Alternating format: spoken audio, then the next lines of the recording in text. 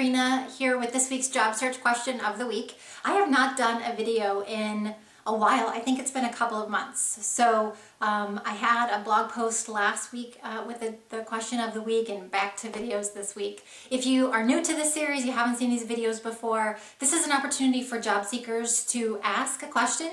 It can be about any part of the job search process. It can be about resumes, using social media, LinkedIn, interviewing, any part of the job search process that you have a question about. You can head on over to my Facebook page, which the link is below, and ask your question right there on the wall, and I'll answer it in an upcoming post, either written post or in a video.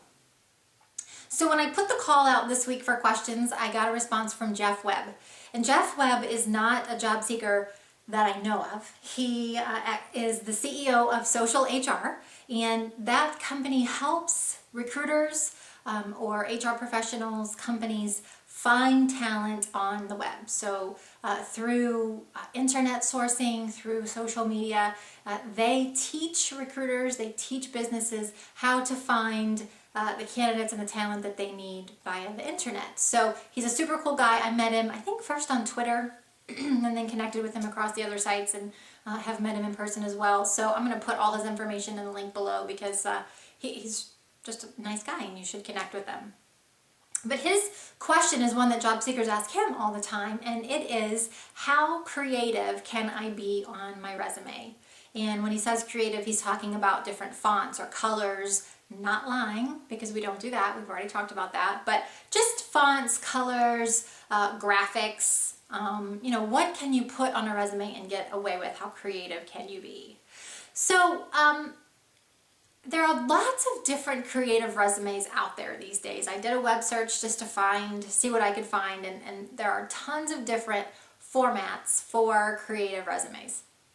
I went on Pinterest.com, and if you are not familiar with Pinterest, it's a virtual pin board, and you're going to see it in just a second, and just typed in resumes and found a lot of different styles of resumes, and many of them were infographic type resumes. And so this is a way to display your work history, your education, all of the things that you would put on a resume in a more visual approach. So we're going to flip over to my computer. I'm going to show you my computer, and you're going to actually see some of these resumes, and then we'll come back and kind of talk about whether I think it's okay, how creative can you be, if you just want to change a font, can you do that? Or if you want this whole infographic type resume, can you do that as well? So let's flip over to the computer, and then I'll come back and tell you what I think. Okay guys, it's Sabrina. Here I am on the computer, and I'm on Pinterest.com. As I mentioned, Pinterest is a virtual pin board. It's a social media site where you can pin images, videos, things you find on the web to your different pin boards. You can follow other pinners, you can repin their stuff, you can like their stuff. I came to Pinterest and I typed in resumes to see what I would find, and found quite a bit. Most of these that are on here are from a company who writes these creative resumes, so a lot of these are from the same place, but I did find two that I wanted to show you. The first one is from Elliot, and Elliot is a graphic designer. It looks like from this infographic resume that he is a new grad, and so he kind of goes through his timeline. He builds this timeline of his life, and right now is where he wants to join a team. He talks about what he's done at college, what he studied, some things that he did as far as little entrepreneurial stuff, and then he puts in here his skill level with the different platforms that he can use, the different software for graphic design, and he has a few quotes and of course his contact information. So this is Elliot's one way of doing an infographic resume. And then Mark's here. You may not be able to see this one as well, but it's Mark has a little bit more experience. He is not a new grad. He's been doing this for a little bit, and so his is more skills based. It's talking about exactly what he's done, clients that he's worked with, places that he's been. He's got some recommendations on here. Education, and then again his proficiency in the different computer programs that would be necessary for a graphic designer.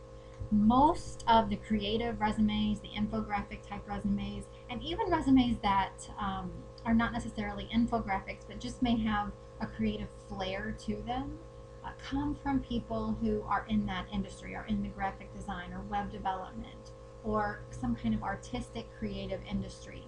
you're typically not going to see a ton of human resource professionals or accountants with these types of creative resumes. So that's typically where they have been showing themselves. So I'm going to flip back now and tell you what I think about these and whether I think they're necessary for you, and where you can draw the line in your creativity.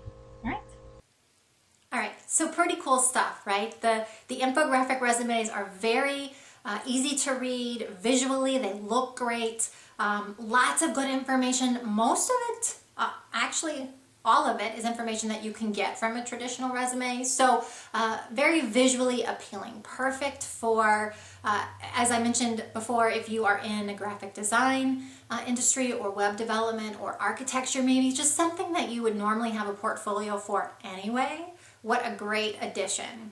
I don't think that those types of resumes should replace traditional resumes, though. I think you still need a traditional resume even if you have an infographic resume. Those super creative resumes, and it doesn't have to be infographic, that's just the most common thing going right now. It's like the hottest thing. Infographics are everywhere, but it could be any kind of creative, your life in pictures or your work history in pictures. It could be any kind of creative resume. I think they're fine to have, and they're great for places like Pinterest. You can attach them to your LinkedIn profile using the Box.net application. If you have an About.me landing page, great thing to put there. So there's lots of different things you can do for them. They certainly have their place. If you are somebody who normally takes a portfolio into an interview, why not throw one in there? So I think that they have their purpose. Obviously today I searched resumes, found 2 graphic designers right away. If I was looking for graphic designers, goldmine. I don't think they should replace your traditional resume, though. I think you need to have a traditional resume. Now, what if you just want to change like a font or a color, or add a text box on the side? I think all of that's okay, but you need to make sure of a couple of things. One, you don't want it to be distracting, so don't overdo it. You don't need to use a rainbow of colors. You can just maybe change one color. Maybe your headings, like your education and experience, maybe those are blue instead of black. I think that's okay as long as you don't overdo it. Different fonts are fine as long as you can read them. It's more about being able to read them. Margins, stuff in the margins, I want to caution you on, just because if they are using a different operating system than you are, and they go to pull that up or print it, it may be all jumbled. And so it may not be able to, they may not be able to read what you've put in the margins, or it could push things over and just really make it confusing and hard to read. And so be careful with that. Just make sure if you're going to do that, that it can be read across all different operating systems that people might use. So I think it's okay to add some flair, and it's okay to have these supplemental creative documents that you can add and have in addition to your traditional resume. But I don't want you to replace your traditional resume with these things. I think that it's another way to show your personality. It's great for social media. It's fantastic for portfolios, but applicant tracking systems and recruiters still like the more traditional type of format. Throw a color in there if you want to, change the font up a little bit, but just keep it simple on their traditional resume and save that creative flair for where it's more appropriate. So that's my answer. I hope it helps. I'd be interested to see if that's what Jeff would say too. I'll have to ask him if that's his thoughts. But anyway, if you have a question, head on over to Facebook. I hope you have a wonderful weekend, and I'll see you next week. Thanks for watching. Bye.